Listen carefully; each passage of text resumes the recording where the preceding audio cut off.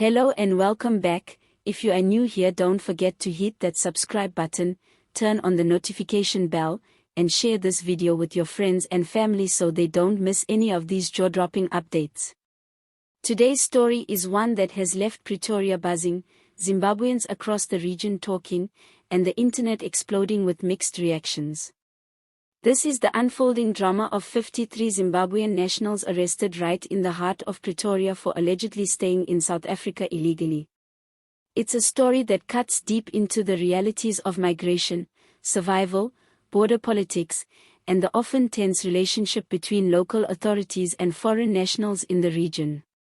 Eyewitnesses say it all started in the early hours of the morning when immigration officials, working alongside the police, carried out what they described as a targeted operation in several areas around Pretoria known for housing a large number of foreign nationals.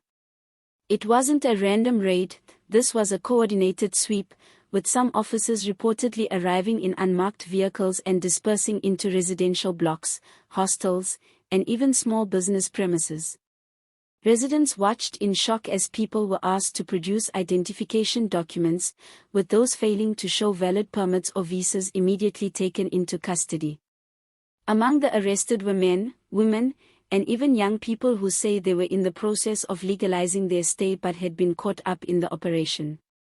Some were reportedly workers in local shops, while others were domestic employees, construction workers, and informal traders who have been part of Pretoria's economic fabric for years.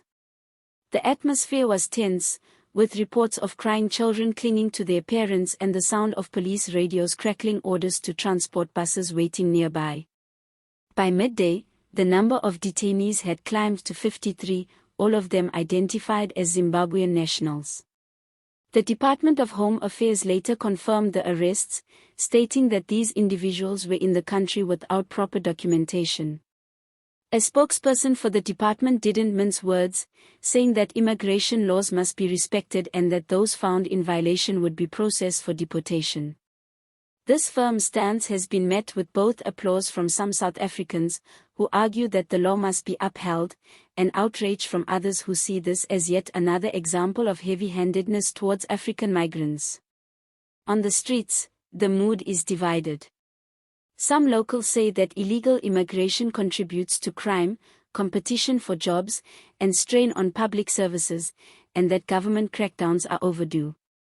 Others point out that many of these migrants are fleeing economic collapse, unemployment, and political instability back home, and that they are simply trying to survive and support families across the border. For the Zimbabwean community in Pretoria, the arrests have sent waves of fear and uncertainty.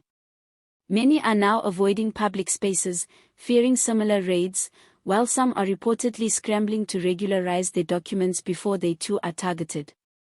Behind the headlines lies a deeper issue. This is not the first time Zimbabweans have been rounded up in large numbers in South Africa. Over the past decade, as Zimbabwe's economy has deteriorated, millions have crossed the border, some legally and others without papers, seeking opportunities in South Africa's bigger cities. Pretoria, Johannesburg, and Cape Town have become hubs for these communities, with many carving out livelihoods in industries shunned by locals. But in times of political or economic tension, migrants often become scapegoats, and calls for deportations tend to grow louder. Human rights activists are already voicing concerns about the latest arrests. They argue that such operations risk violating the dignity and rights of migrants, especially when children and vulnerable people are involved. Some NGOs say South Africa should instead work towards regional cooperation to address the root causes of migration rather than resorting to mass arrests. They also warn that sudden deportations can have devastating consequences, sending people back to countries where there is no safety net, no jobs, and no guarantee of stability. Inside Pretoria's holding cells, conditions are said to be cramped, with detainees awaiting processing before being moved to repatriation centers. Families are desperately trying to locate their loved ones, with some saying they have no idea where they have been taken. Lawyers have begun offering their services to those who can afford them, but for many, the lack of resources means they will likely be put on buses heading for the Beitbridge border post within days. Social media is ablaze with videos and photos from the operation. Some show police trucks lined up in the streets, others capture chaotic scenes of people being escorted away. Zimbabweans back home have reacted with anger, frustration, and sadness, with some blaming their own government for failing to create conditions that keep its citizens from becoming economic refugees. South African commentators, meanwhile, are locked in heated debates over whether these crackdowns truly solve anything or merely fuel resentment and division. The reality is, for every 53 Zimbabweans arrested today, there are thousands more living in the shadows, undocumented, moving cautiously through the city, and hoping they won't be next.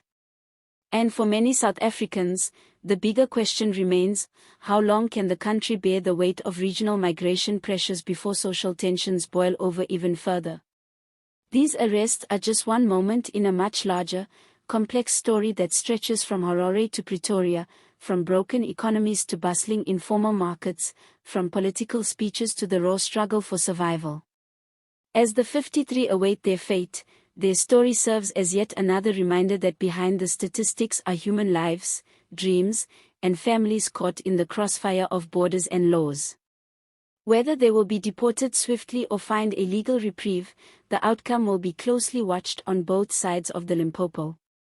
And in the meantime, South Africa's immigration debate continues to rage on, loud, emotional, and far from being resolved. If you thought this was just about numbers, think again. This is about people, policies, and politics colliding in a way that affects the future of two nations. And you can be sure, this isn't the last time we'll hear of such a crackdown. The question is, who will be next? Stay tuned for more updates, because this story is far from over, and what happens next could reshape the migration conversation in Southern Africa. I can also give you a matching catchy YouTube title and description for this story if you want.